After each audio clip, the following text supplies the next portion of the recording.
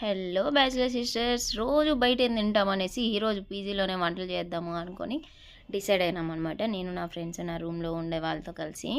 So ఇంట్లో నుంచి తెచ్చిన గంజి వడియాలు వీడియోలు అయితే పెట్టాను. మీరైతే చూడలేదంటే ఖచ్చితంగా వెళ్ళి చూసేసేయండి, విజిట్ చేయండి. అండ్ ఎలా ఉంది ఏంటి అనేది ఖచ్చితంగా అయితే కామెంట్ చేయండి.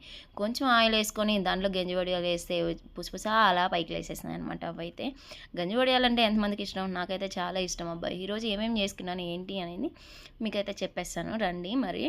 సో పప్పు చేశాను. ఆ తర్వాత అయితే పప్పు చేసిన తర్వాత పప్పు అయితే చాలా బాగా వచ్చింది. ఇదైతే పప్పు రసం అంటారు, పప్పు అంటారు. మేమైతే పప్పు అంటాము. అమ్మ అయితే ఇలాగే చేస్తుంది. సరే అనేసి మేము ఇంట్లో అయితే ఇలాగే చేస్తామన్నమాట.